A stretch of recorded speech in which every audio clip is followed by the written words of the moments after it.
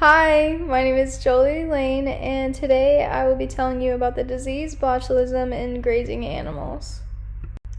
In this presentation, I hope to inform you about what botulism is, its causes, effects, and symptoms, the tests and treatments used, the likely outcome of it, the effects it may have on the food distribution, and ultimately how to prevent it. I chose this topic to speak on because unfortunately the disease botulism is killing thousands of animals every year, and after I've now studied the dangers that it can bring to a variety of different animals, I really feel the need to discuss with you my research in order to hopefully decrease future casualties. So the bacterium Clostridium botulinum, I'm so sorry if I butcher that. I will butcher it every single time I say it. But it produces the botulinum toxin, and it is the toxin that actually produces the disease botulism. So spores are the dormant form of this organism, and these spores are found in water, soil, marine sediments, and even the intestinal tract of many healthy cattle, horses, and poultry.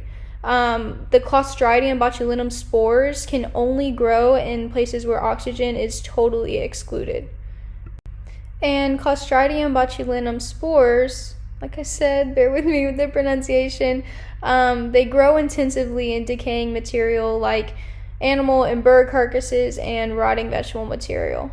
It takes little exposure to pose as a risk to a grazing animal's life and hardly any effort at all to have an outbreak amongst your entire herd.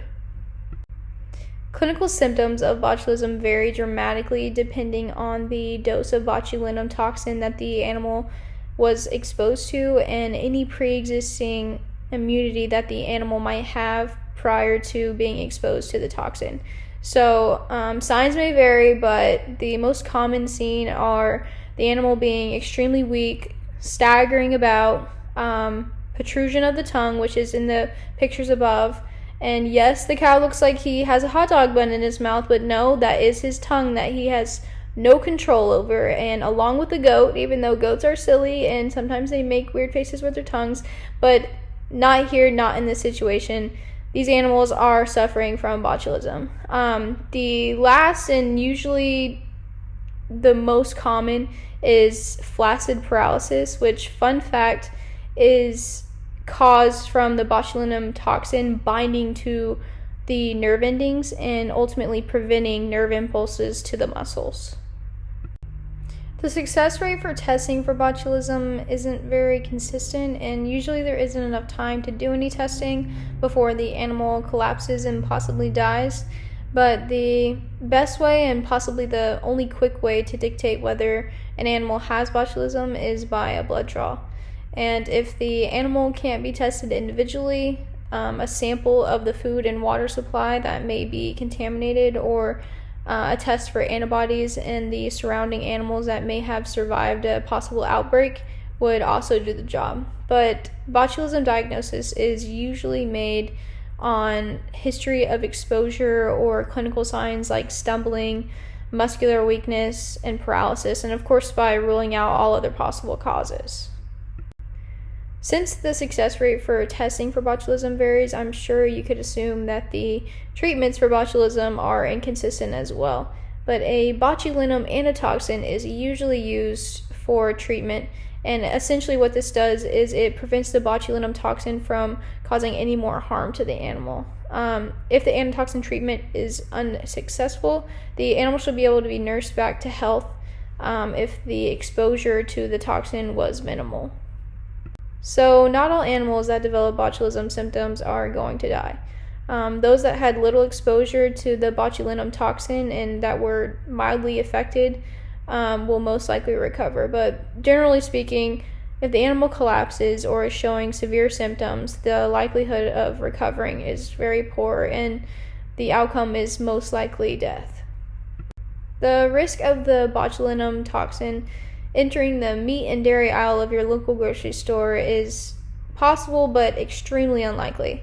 If a surviving meat or dairy producing animal is fit, healthy, and normal, there is no known risk of the botulinum toxin remaining in the carcass or dairy substance and subsequently poisoning the people thereafter.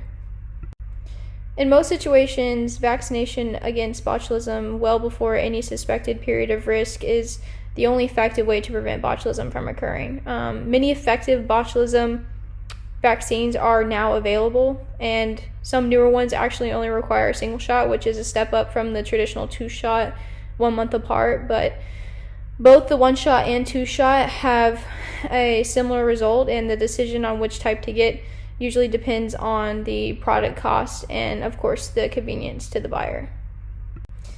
Over the past few minutes, I've talked about the deadly disease known as botulism that grazing animals can contract by being exposed to the botulinum toxin that Clostridium botulinum produces.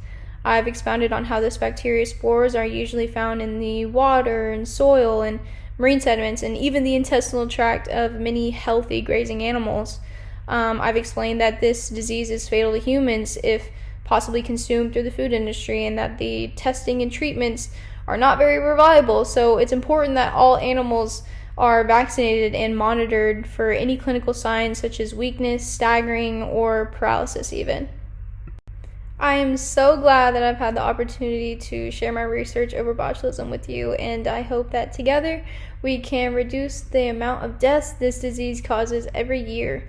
I really encourage you to further educate yourself on the disease, because you never know what you could come in contact with and what difference you could make for the animals you may treat in times to come.